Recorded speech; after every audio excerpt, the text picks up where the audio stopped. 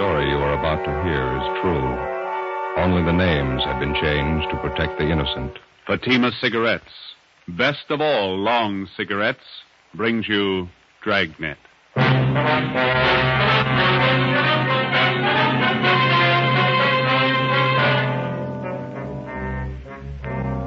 You're a detective sergeant.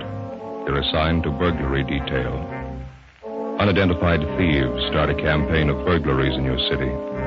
Homes are broken into and stripped of their furnishings. There's no lead on the criminals.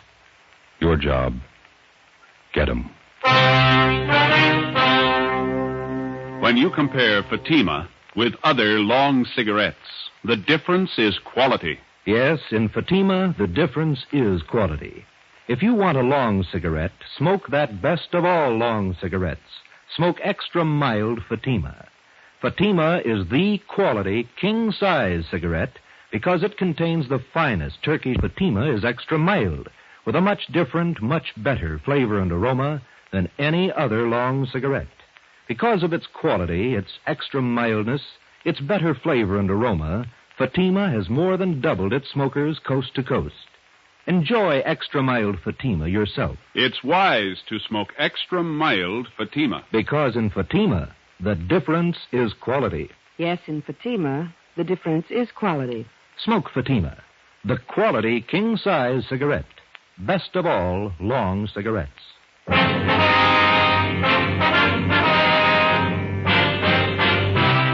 Dragnet, the documented drama of an actual crime.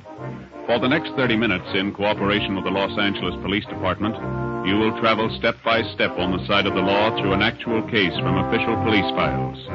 From beginning to end, from crime to punishment, Dragnet is the story of your police force in action. It was Monday, August 3rd. It was warm in Los Angeles. We were working the day watch out of burglary detail. My partner's Ben Romero. The boss is Thad Brown, chief of detectives. My name's Friday. I was on the way back from the business office, and it was 9:25 a.m. when I got to room 45, burglary detail. Did they get all the money together, Joe? Yeah, $1 from each man in the detail. We got to buy the gift. When's Austin going to get married? Next Sunday. We haven't got too much time. You know why we always have to pick out the gift? Somebody has to do it. You got any ideas what we ought to get him? Talked to my wife over the weekend. She thinks it'd be nice if we get him something to start housekeeping with. Maybe some nice kitchenware, a table lamp. Yeah, I don't know if we have enough dough for a good lamp. But maybe they might like a bedspread. You can always use them. Or maybe a nice wool blanket, huh? I don't know. Got to be careful about those personal things. What do you mean? What's personal about a blanket? Well, we don't know much about the girl Austin's going to marry. She might not need any. Excuse me. Could you tell me something? What's that? I said, could you tell me something? Well, what do you want to know, little girl? Is this where you come to report about stolen things? Well, that all depends. Why don't you come on in and tell us all about it, huh? Thank you, I will. Like to sit down, little girl? I'm 12 years old. I'll stand if it's all right. All right. Now, would you like to tell us what's been stolen? Everything. Everything's been stolen. We came back this morning and found it that way. Grandpa's awful mad. Mm-hmm. Maybe we better get the facts to start with. What's your name? Ruth Ann Marie Jeanette. Jeanette. Is that your last name? No, Snyder. Ruth Ann Marie Jeanette Snyder. Did you come down here alone, Ruth? Yes, Grandpa sent me. He's awful mad. Where do you live? With Grandpa. Where's that? Over on College Avenue. Grandpa's leg's bothering him. Arthritis. So he told me to come down and tell you about it. About what, man? Everything. We came back this morning on the train, and when we got home, we found everything was stolen. It's terrible. What do you mean by everything? I walked all the way over here to tell you. I'm thirsty. Is there a drinking fountain in the hall? Well, we've got a cooler over here. Let me get you a cup, huh? Thank you.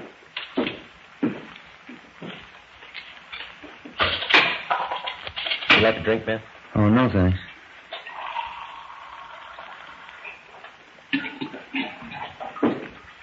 All right, little lady. Here you are. Thank you very much. Well, would you like to tell us what it's all about? Grandpa and I got back to Los Angeles on the train this morning. We've been on a trip back to Indiana. Uh-huh. We took a taxi cab home from the station. When we got there, everything was gone.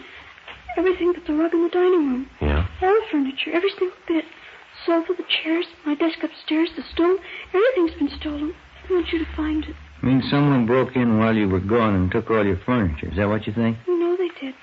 The lock on the back door, it was broken. They took everything but the dining room rug. That's why Grandpa's home now. He thinks the crooks will be back. He's sitting on the rug because he says if they take that, they'll have to take him, too. We better hurry. Yeah? Grandpa's not very big.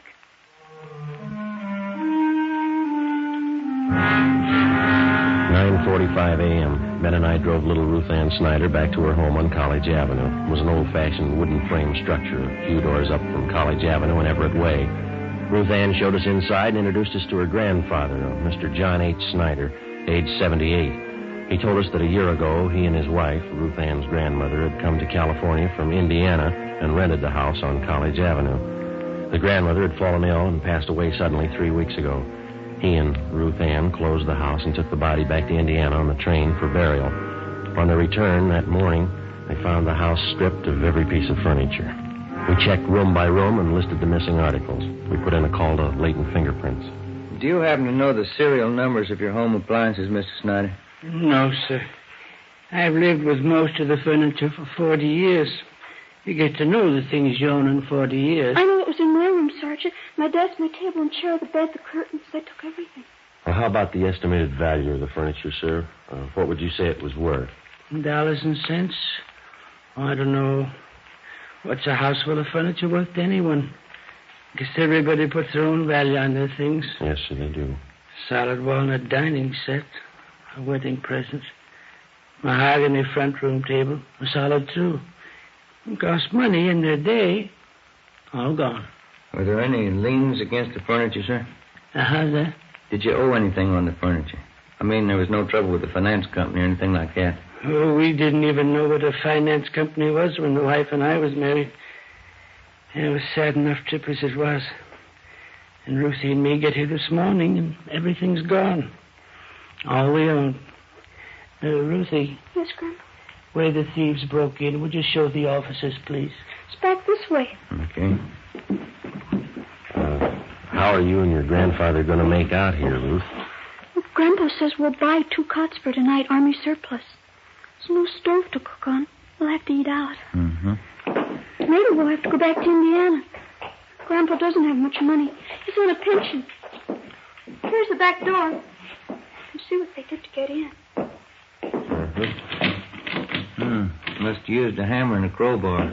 Smashed it clean through. You'll find the crooks, won't you, Sergeant? We're going to try, Ruth. Better have the crime lab check this, huh? Yeah. How about your neighbors, Ruth? You know any of them well? I know who they are. I don't know any of them good. They're not very friendly. We'd like to ask you and your grandfather a few more questions, Ruth. All right. I don't know what I'm going to do when school starts. They stole all my stuff, even my composition tablets. I didn't have to take those. Which grade are you in, Ruthie? I was in A7. I'll be in the B8. Why would they take my school things? I don't know. You see how they got in back there? Yes, sir, we did. By any chance, did any of your neighbors know that you and Ruth here were going away? Well, I didn't mention it, no. Then no one kept an eye on your house while you were gone? No, I didn't think it was necessary. Might have helped. I just remembered, Grandpa. Mrs. Merton. I told her we were going away. Who's that, Ruth? She runs a store down at the corner of the bird store. Yeah. She sells canaries, other kinds of birds, too. Mrs. Merton's her name. Store's right down the corner. You figure she's the only one who knew you'd be gone from the house for some time. Must have been the only one. All right, Mr. Snyder, we'll be back to see you later on. And here's our card. We'll see if we can't do something to help you out here. Let's see here.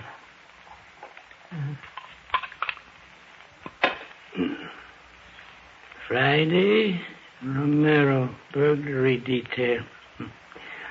All right, thank you, boy. Ruthie will show you to the door. Yes, Grandpa.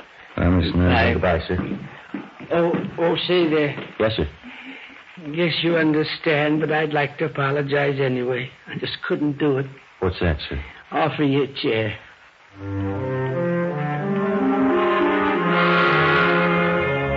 10:30 a.m. Ben and I called the Salvation Army and told them the Snyder situation. And then we went down the street to the store at the corner of Coolidge Avenue and Everett Way. The sign on the window said Mrs. Merton's Birdland, manager Agnes Merton. We tried the door. It was locked. The cardboard clock hanging on the glass door read, "Be back at 1 p.m." So we went back up to College Avenue and we started ringing doorbells. Some of the residents on the block didn't even know the Snyders. Of those that did, only 2 had noticed any activity at the house during the 3 weeks Mr. Snyder and his granddaughter had been away. They told us that they'd seen a moving van parked in front of the house about a week before. They also saw men moving furniture from the house into the van. Neither of the 2 could describe the vehicle or remember its license number. 12:45 p.m. We had a cup of coffee and a hamburger, and then we headed back for Mrs. Merton's bird store.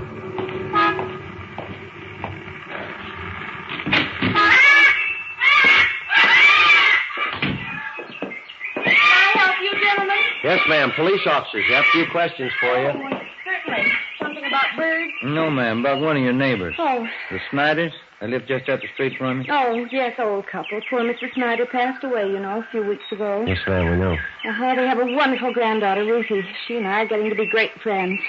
The Snyders having some kind of trouble? We're investigating a burglary at their house. Oh, is that so? Now, you be quiet, Mary. You heard what I told Blackie. Just eat your food and be quiet. I guess you knew the Snyders had been away for the last few weeks. Yes, I did, but they're back. I saw Ruthie pass the window this morning. Have you noticed any activity around the Snyders' house since they've been gone? Well, yes, I did. And just what you noticed, Miss Merton? Well, it was 7 or 8 days ago, I think. Some white moving truck stopped in front of their place, and the 2 men started moving up Snyder's furniture. Uh-huh. That was a little strange because Ruthie hadn't told me anything about moving. In fact, she said definitely she and her grandpa were coming back after poor Mrs. Snyder's funeral in Indiana. Did you investigate it all, ma'am? Excuse me. Who was that? You, Fred? Yes, you ought to be ashamed. You can see I'm busy. Another outburst like that, and all 3 of you, Fred, Blackie, Mary, I'll take care of you. Oh, where was I? You saw the moving van in front of the Snyders. Oh, yes. And I went up to the moving men and asked them if the Snyders were going back to Indiana. Well, of course, they didn't know anything about it. Did you inquire at the Snyders' house?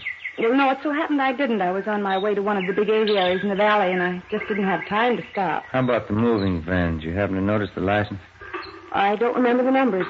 Any identifying marks about the truck you might remember? Maybe a sign on the side? Yes, the side of the truck was painted white, and there was large blue lettering on it, van and storage, it said. I remember that much. Was that all? Well, yes, as I said, I was in a hurry. I had to pick up 3 sick canaries out in the valley. Is there anything else about the incident you can remember? Anything at all? No, I'm afraid not.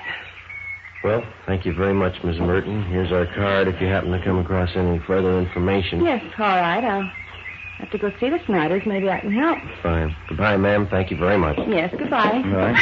Fred, now you shut up just a minute. Fred? Well, not much help there. Not much. Give me an idea, though. Wedding present for the Austins. Yeah?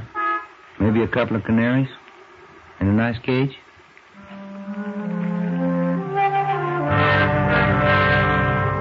p.m. We went back to the office. Reports had come in from 2 more victims. That night, Ben and I drove out to interview them. The circumstances of the theft and the M.O. of the criminals matched identically with the Snyder case. Both of the families victimized had gone off on vacations and neglected to notify either the neighbors or the patrolmen in their area. Both had allowed daily newspapers to collect on their doorsteps in their absence and otherwise left signs that their homes were vacant. In both cases, the thieves had forced an entrance through a back door or window, stripped the house of every last piece of furniture, and either hauled it away themselves or hired somebody to do it for them. We started canvassing the 2 areas where the crimes had been reported. Again, the neighbors saw the moving vans, but none were able to definitely identify the vehicles or their license numbers. Captain Fulton called us into his office. You're going to have to try harder. I know they're hard to get, but get them. Get them fast. Done about everything we can so far, Skipper. Only one small lead. The thieves seemed to be using a different moving van on each job. We started to check the movers around town, the transfer companies. Leighton Prince come up with anything yet? No luck there. One of the lousiest rackets we've had since I came on this detail. Whole house full of furniture, everything a family owns. Yeah. Well, we'll stay on top of it. The stats office may come up with something. How about an outlet for all that stuff that's been stolen? Thieves can't be sitting on it. Pawn shop and second-hand details have been alerted. They're checking regular outlets, auction houses, second-hand places. Nothing yet. About some kind of preventive idea. At least slow them down. Good dose of publicity on the whole thing would help. If only people wouldn't keep it a secret when they're going away. Neighbors aren't alerted. That's why a lot of them didn't think much of it when they saw the moving vans parked at those houses. And drawing blinds and the newspapers on the doorsteps didn't help much either. It's an open invitation. Well, I'll see what we can do on the publicity end. We've had one campaign on this already. No, excuse me. Burglary, Captain Fulton. What's the address? Okay, I got it. Thank you. Here you go, another one. 63 hours just called it in. Family back from vacation. Furniture all gone. Here's the address here. Thank you. Better get on it right away. Let's go. I'll have a little more help for you on this tomorrow. Crowley and Barnes will be free. They can work with you. Okay, Skipper. Check you later. Right.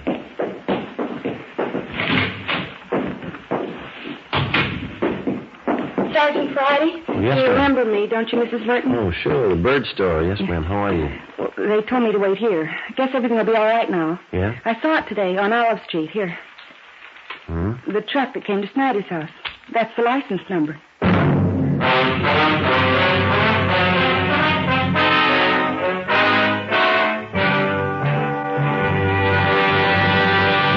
You are listening to Dragnet, the case history of a police investigation presented in the public interest by Fatima Cigarettes. It's amazing how many long cigarette smokers are changing to extra mild Fatima. Here is the actual report. From coast to coast, Fatima has more than doubled its smokers. Here is the reason why. When you compare Fatima with other long cigarettes, the difference is quality. Yes, in Fatima, the difference is quality. Fatima is the quality king-size cigarette because it contains the finest Turkish and domestic tobaccos superbly blended. And Fatima is extra mild with a much different, much better flavor and aroma than any other long cigarette. And because of its quality, its extra mildness, its better flavor and aroma, more and more smokers say it's wise to smoke extra mild Fatima. I agree, says Dick Hyland, sports columnist. I agree, says Mrs. Deems Taylor, painter and theatrical designer. I agree, says Frank Fenton, author. Yes, all agree. It's wise to smoke extra mild Fatima. Best of all, long cigarettes. Because in Fatima, the difference is quality. Yes, in Fatima, the difference is quality. Smoke Fatima, the quality king-size cigarette.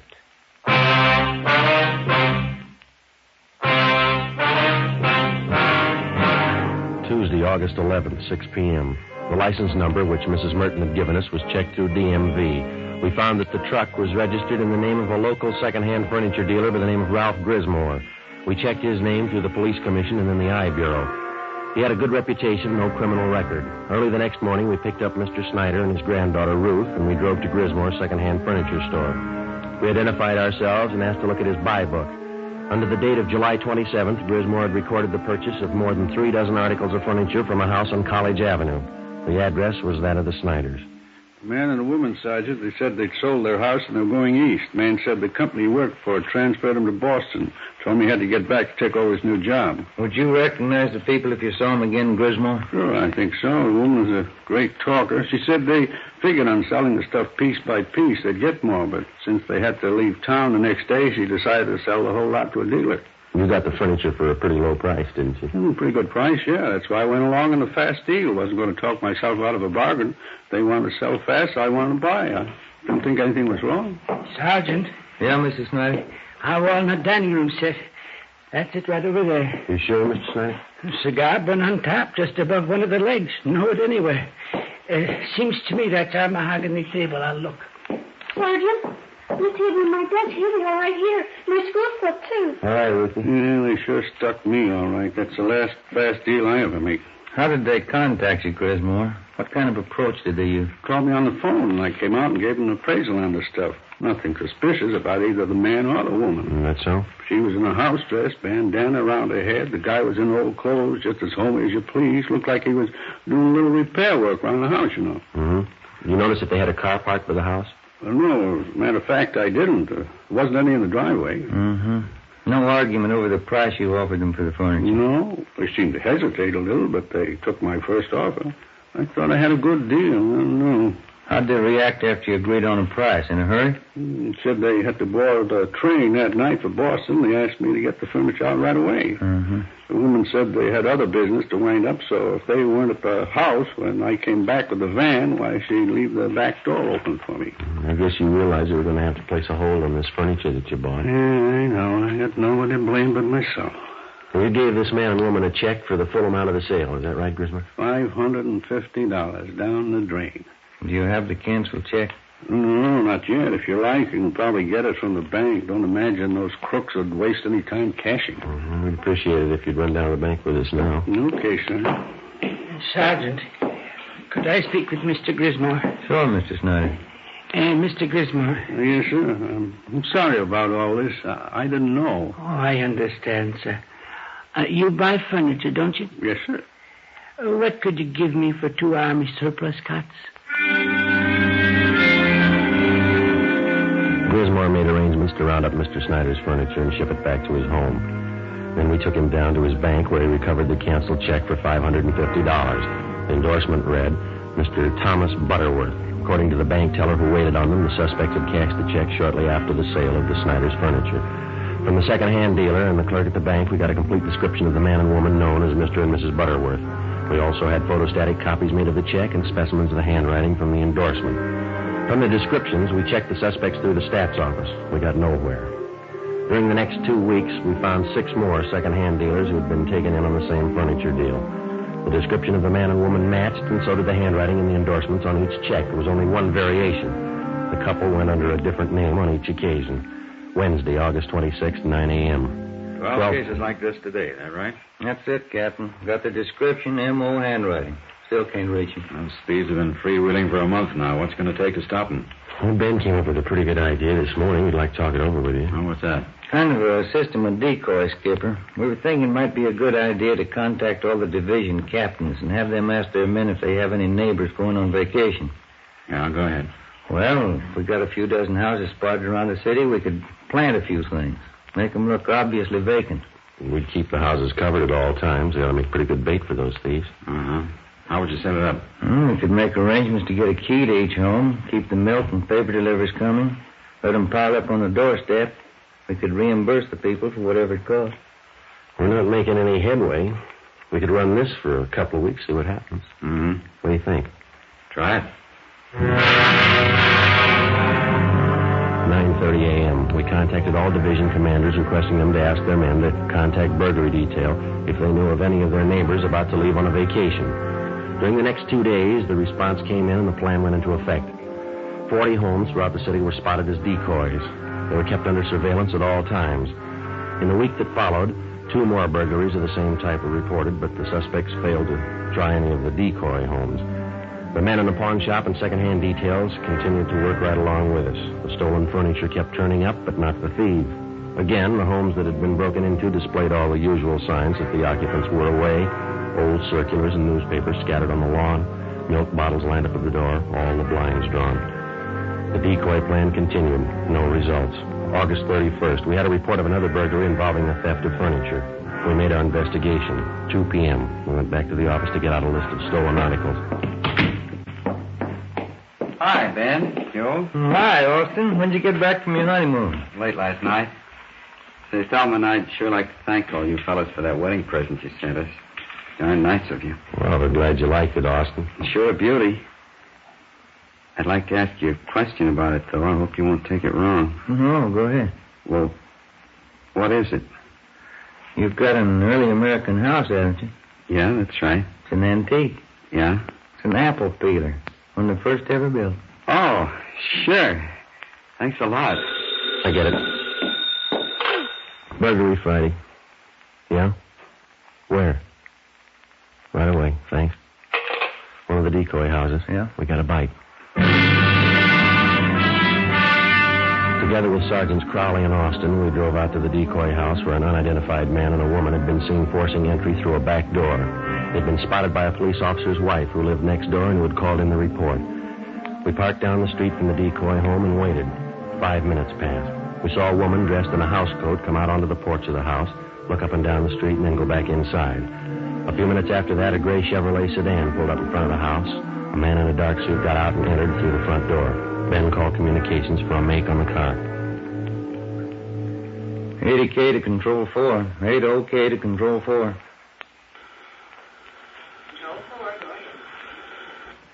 Request DMV on 6 Mary 6778. Repeat, 6M 6778. Information urgent.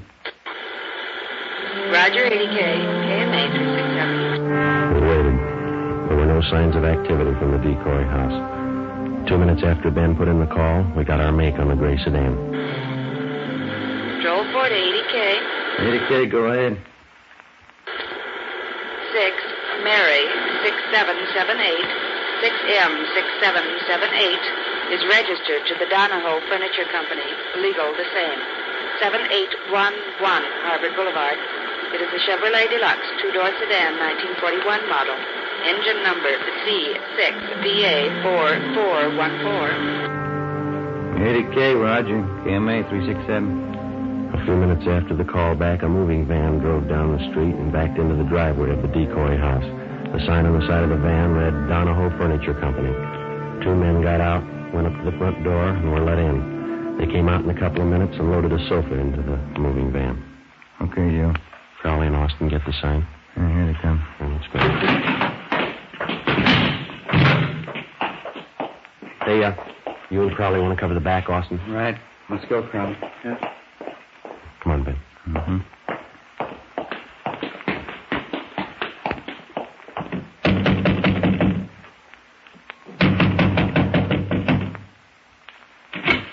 Yes, sir. You want something? Police officers like... Come on, the cops! Run him! Stand still, you. Austin and Crowley got her. All right, hold still, mister. Oh, hold still. Hey, what's this all about? You cops? That's right. You? Max Donahoe. I'm buying this lot of furniture. Something the matter? You're buying from the wrong people. They're not the owners. You better have your men move that stuff back in the house. Okay, if you say so.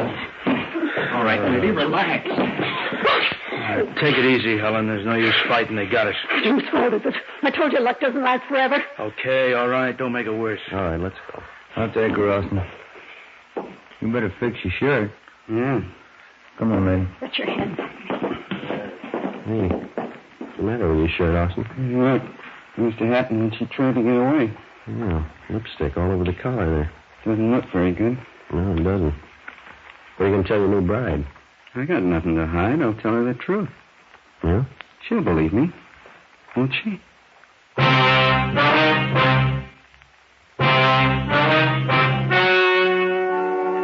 story you've just heard was true. Only the names were changed to protect the innocent. On November 25th, trial was held in Superior Court, Department 87, City and County of Los Angeles, State of California. In a moment, the results of that trial. And now, here is our star, Jack Webb. Thank you. Under our system of law, the jury selected to hear a case is accorded complete freedom. The jury's decision is the final result of the testimony and evidence presented in the course of the trial. So with Fatima. They are the final result of carefully selecting and blending only the finest Turkish and domestic tobaccos to make Fatima extra mild. If you're a long cigarette smoker like I am, buy a pack of Fatimas and compare them with other long cigarettes, and you'll see the difference is quality. Yes, in Fatima, the difference is quality. So, smoke Fatima.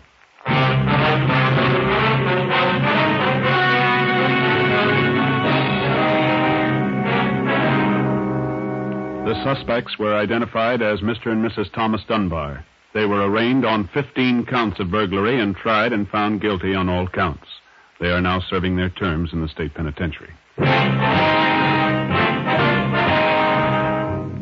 You have just heard Dragnet, a series of authentic cases from official files. Technical advice came from the Office of Chief of Police W.H. Parker, Los Angeles Police Department.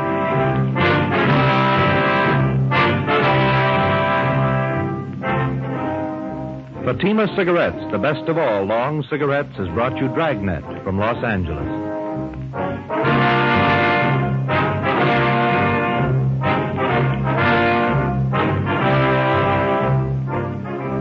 Coming up, Duffy's Tavern. Bob Hope returns October 3rd on NBC.